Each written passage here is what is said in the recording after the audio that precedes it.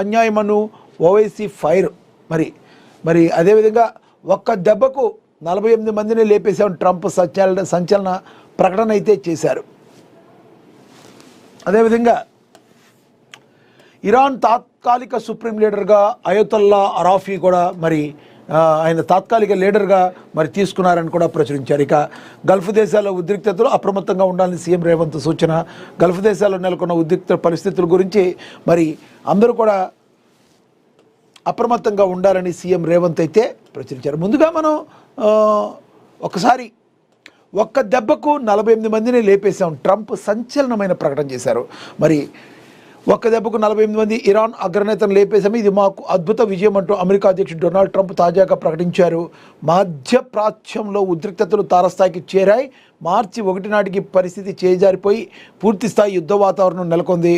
America, Israel సంయుక్తంగా చేపట్టిన operation epic fury Iran గుండెల్లో గుబులు రేపింది. దాడులో Iran supreme leader Ayatollah Ali Khamenei మరణించడం ఇరాన్ చరిత్రలోనే అతిపెద్ద విషాదంగా మారింది.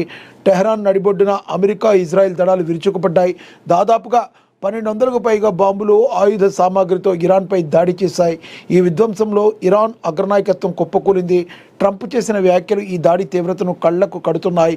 ఇరాన్ ఒకవేళ ప్రతీకారానికి దిగితే ఇంతకంటే భారీ మూల్యం చెల్లించుకోవాల్సి వస్తుందని ట్రంప్ తీవ్ర హెచ్చరికలు జారీ చేశారు. అటు ఇజ్రాయెల్ ప్రధాని బెంజమిన్ నెతన్యాహు కూడా ఇది తమ ఉనికి కోసం జరుగుతున్న యుద్ధమని, దాడులను మరింత ఉధృతం చేస్తామని స్పష్టమైతే చేశారు. ఒక రకంగా చెప్పాలంటే ఇది ఇరాన్కు అతిపెద్ద దెబ్బగా మనమైతే భావించవచ్చు. ట్రంప్ ఏవైతే వ్యాఖ్యలు చేశారో ఇంకొకసారి మీరు మళ్ళీ ప్రతీకార చర్యలకు ఏదైనా పాల్పడితే ఆ తర్వాత మేము తీసుకునే స్టెప్ ఇంకా చాలా దారుణంగా ఉంటుంది, తస్మాత్ జాగ్రత్త అని ట్రంప్ అయితే హెచ్చరికలు జారీ చేశారు. ఇక అదేవిధంగా మెయిన్గా చూసుకుంటే ఖమేనీ హతం పంతం నెరవేర్చుకున్న ట్రంప్, నెతన్యాహు. మిడిల్ ఈస్ట్ తీవ్రవాదం పెంచి పోషించిన ఖమేనీ, టెహ్రాన్ లక్ష్యంగా ఇజ్రాయెల్, అమెరికా దాడులు, పశ్చిమాసియాలో తీవ్ర ఉద్రిక్తతలు, ఇలాంటి ఛాన్స్ మిస్ చేసుకోవద్దని ఇజ్రాయెల్ ప్రధాని నెతన్యాహు, అదేవిధంగా ఇరాన్ పౌరులు సహకరించాలని రిక్వెస్ట్. ఇరాన్తో పాటు సరిహద్దుల్లో ఉన్న ఉగ్రస్థావరాలపై దాడులు, 3 దశాబ్దాలుగా అనేక ఉగ్ర సంస్థలకు ఊపిరిపోసిన ఖమేనీ అణ్వస్త్ర స్వప్నంపై 2016 నుండి ట్రంప్ పోరు, 27 America స్థావరాలపై Iran counter attack.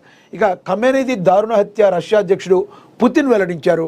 Pak అల్లర్లు, 12 మంది నిరసనకారుల మృతి, ప్రపంచవ్యాప్తంగా